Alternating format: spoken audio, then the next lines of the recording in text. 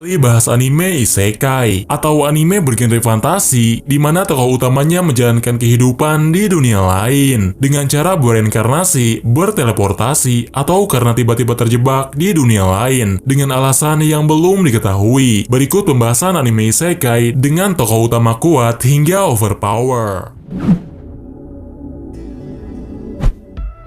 Fantasi Bisoujo Juniko Ojisanto menceritakan kisah petualangan dua orang pria di dunia lain. Semuanya berawal ketika Tachibana Hinata dan temannya didatangi oleh Dewi untuk dihidupkan kembali di dunia lain karena salah mengira bahwa Tachibana telah meninggal. Tapi karena sudah terlanjur bertemu, maka Dewi itu pun tetap mengirimnya ke dunia lain, tak peduli dengan kondisinya yang masih baik-baik saja. Dewi itu kemudian mengabulkan keinginan apapun yang mereka katakan ketika masih berada di dunia asal.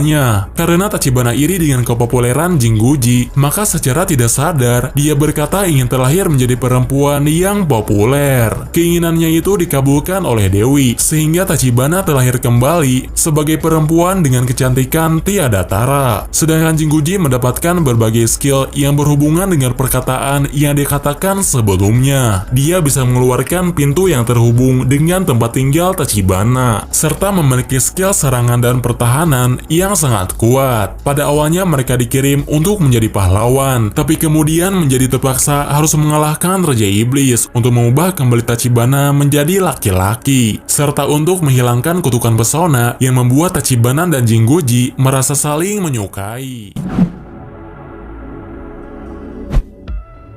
Kenja no Deshi wa Nanaru Kenja. Dalam game virtual MMORPG, terdapat pemain berbakat yang dijuluki sebagai 9 petapa. Di antara mereka terdapat sosok petapa yang bekerja sama dengan raja, yaitu penyihir pemanggil bernama Dunbluff. Berbeda dengan kebanyakan pemain lain, Dunbluff dan Raja Solomon selalu mengumpulkan informasi sebelum bertarung, sehingga pada akhirnya mereka berhasil memenangkan pertempuran. Pada suatu ketika, segerombolan monster mendatangi wilayah kerajaan, dan Dunbluff kemudian memanggil pasukan tempur kuat untuk mengalahkannya. Meskipun kalah jumlah, tapi karena pimpinan musuh berhasil dikalahkan, maka dia bisa membasmi seluruh monster dengan mudah. Namun beberapa hari kemudian dia menghilang. Lalu 30 tahun setelahnya, Dunbluff terbangun kembali sebagai perempuan muda. Hal itu terjadi karena tidak sengaja dia menggunakan item khusus yang hampir kadaluarsa. Selain itu, game virtual yang selama ini dia mainkan telah mengalami banyak perubahan. Para pemain yang pada awalnya memainkan game VR MMO seakan menjadi hidup di dunia nyata. Mereka menjadi bisa merasakan seluruh panca indera, dan semua NPC atau karakter tanpa pemain menjadi hidup seperti manusia biasa.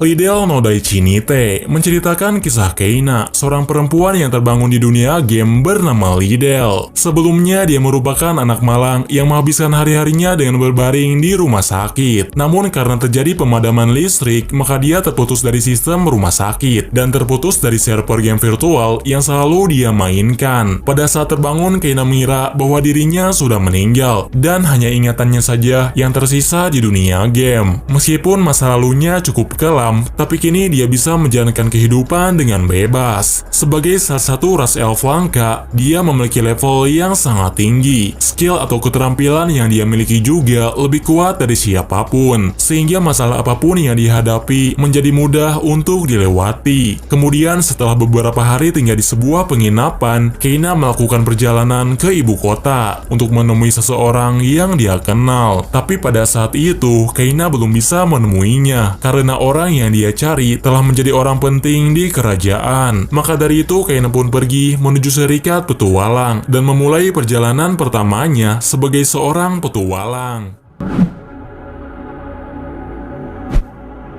Shikakumon no Saikyo Kenja. Untuk mencari kekuatan lebih besar, seorang petapa menggunakan sihir reinkarnasi dan terlahir kembali sebagai anak bernama Matthias Hildesheimer. Setelah memulihkan ingatan di dunia asalnya, dia menemukan kejanggalan di mana semua orang wajib menggunakan sihir rapalan dan lambang terkuat dianggap sebagai lambang yang lemah. Karena itu, siapapun yang melihat lambang di tangannya akan beranggapan bahwa Matthias adalah anak yang lemah. Tapi kenyataannya awalnya dia sangat terampil dan tidak ada siapapun yang bisa menandinginya. Hal ini bisa terjadi karena iblis telah berbaur dengan manusia dan menyebarkan pengetahuan salah untuk melemahkan sihir semua orang. Dengan begitu, maka pasukan iblis akan dengan mudah mengalahkan umat manusia. Untung saja hal ini cepat disadari oleh Matthias, sehingga ketika berhadapan dengan iblis yang menyamar, dia bisa dengan cepat mengalahkan iblis tersebut dan mencegah terjadinya situasi yang semakin memburuk. Bagi Matthias, membasmi satu atau dua iblis terbilang sangat mudah. Namun karena kemampuan semua orang melemah, maka pencapaian dia dianggap sebagai prestasi terbaik dalam sejarah. Matthias yang pada awalnya diremehkan, seketika dikenal sebagai pahlawan muda.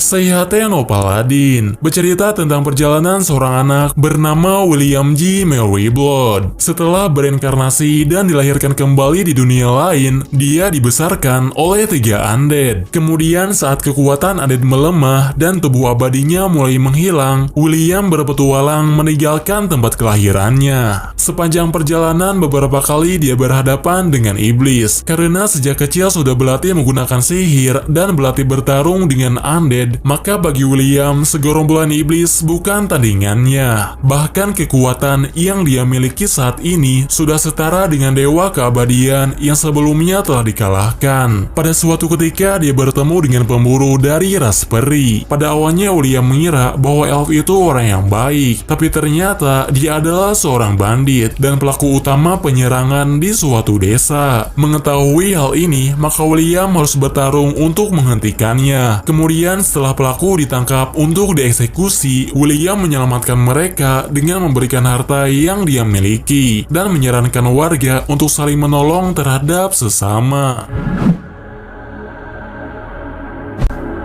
Shinkanomi Shiranai Uchi ni Kachigumi Jinsei berlatar di dunia fantasi di mana keberadaan para petualang sangat dibutuhkan. Selain petualang, di sana juga terdapat pahlawan yang dipanggil untuk menyelamatkan dunia dari berbagai ancaman. Semuanya berawal ketika Hiragi Seiichi dan teman-temannya dipanggil ke dunia fantasi untuk bertarung sebagai pahlawan. Tapi karena Seiichi selalu diremehkan, maka tidak ada siapapun yang ingin berkelompok dengannya. Akibatnya Seiichi terpisah dengan teman-temannya dan berpindah ke tempat ekstrim yang dihuni monster berlevel tinggi. Meskipun pada awalnya kesulitan, tapi karena dia telah memakan buah evolusi, maka tiba-tiba kemampuan fisik dan sihir milik Seiichi berubah menjadi sangat kuat. Kekuatan tempur Seiichi berkali-kali jauh lebih kuat dari teman sekelasnya yang telah ditransfer ke tempat aman. Di awal perjalanan, Seiichi juga ditemani oleh gorila yang berevolusi menjadi manusia. Singkat cerita, mereka pergi menuju kota dan mendaftarkan diri menjadi anggota serikat petualang. Sejak saat itu, Seiichi mendapatkan rekan baru yang akan selalu ada untuk menemani petualangannya. Suisei no Gargantia bercerita tentang prajurit yang terseret ke suatu dunia ketika sedang berperang di luar angkasa. Seorang pria bernama Ledo merupakan prajurit yang berperang dengan alat tempur canggih bernama Chamber. Sejak Chamber ditemukan, tak ada seorang pun yang dapat menghancurkannya. Alasannya adalah karena peradaban di dunia tersebut sudah tertinggal jauh dibandingkan dengan peradaban di luar angkasa. Tak lama setelah Ledo terbangun, dia mendapatkan informasi dari Chamber bahwa dia sedang berada di suatu planet yang sangat jauh dari tempat asalnya. Oleh karena itu, dia tidak bisa menghubungi siapapun dan harus mencari banyak informasi tentang dunia tersebut karena budaya dan peradabannya sangat berbeda dengan apa yang dia perkirakan. Jika tidak berhati-hati, maka dia akan mendapatkan masalah seperti yang terjadi sebelumnya. Ketika bajak laut menyerang, Ledo memutuskan untuk memusnahkannya. Dan hal itu memicu kemarahan orang-orang di sekitarnya. Alasannya adalah karena selama ini penduduk di dunia itu sangat menolak aksi pembunuhan.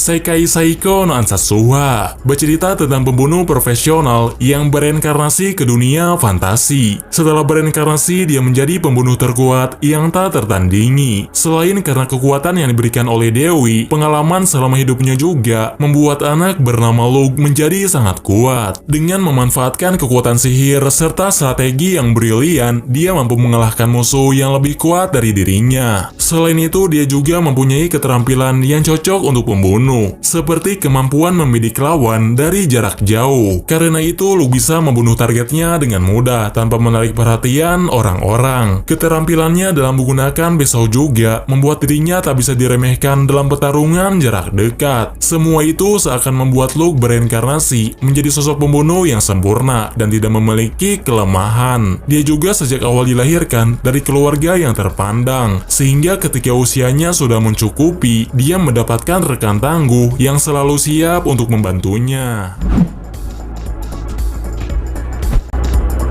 Sengoku Otome, pelajar bernama Hideyoshi, sering mengalami masalah, terutama ketika berangkat menuju sekolah. Pada suatu ketika, dia mengalami masalah yang lebih rumit, di mana dirinya bertemu dengan seseorang yang sedang mengaktifkan sihir. Kemudian kekuatan sihir yang aktif itu memindahkannya ke dunia lain, atau dunia di masa lalu yang sedikit berbeda dengan sejarah. Di sana Yoshino diselamatkan oleh Panglima yang bernama Oda Nobunaga. Karena tidak mengetahui jalan pulang, Nobunaga juga memberinya kesempatan untuk tinggal di rumahnya. Akibatnya semakin hari, Hideyoshi bisa beradaptasi di dunia tersebut. Nobunaga merasa bahwa Hideyoshi akan sangat berpengaruh terhadap negerinya. Maka dari itu, dia pun menugaskannya untuk menemukan jirah merah atau suatu perlengkapan tempur yang dipercaya bisa menjadikan penggunanya untuk menguasai seluruh negeri. Pada awalnya, Hideyoshi terlihat sangat lemah. Namun ketika dia berhadapan dengan Mitsuhide, ternyata Hideyoshi memiliki keterampilan dalam menggunakan tombak. Kemampuan itu muncul tiba-tiba karena terinspirasi oleh salah satu pemeran di acara TV. Tenku Shinpan merupakan anime original dari Netflix. Ceritanya berawal ketika pelajar bernama Yuri bersama dengan kakak dan sebagian murid di sekolahnya tiba-tiba berpindah ke dunia lain. Di dunia yang dipenuhi oleh gedung pencakar langit, mereka harus bisa bertahan dan melawan sekelompok orang yang menggunakan topeng. Yuri digambarkan sebagai perempuan mandiri yang kuat dan cerdas. Dia bisa memutuskan apa yang harus dilakukan berdasarkan situasi di lingkungan sekitarnya. Berkat hal itu, dia bisa mendapatkan rekan baru bernama Nise. Yuri juga bisa dengan mudah mendapatkan kepercayaan, meskipun sedang berada di dunia kejam yang membuat semua orang tidak bisa dipercaya. Setelah beberapa kali terlibat dalam situasi berbahaya, akan ada saatnya Yuri dan semua orang yang dipanggil mengetahui tujuan kenapa mereka dikumpulkan di sana. Alasannya ternyata dunia itu merupakan fasilitas untuk menentukan siapa yang akan bertahan dan cocok menjadi dewa.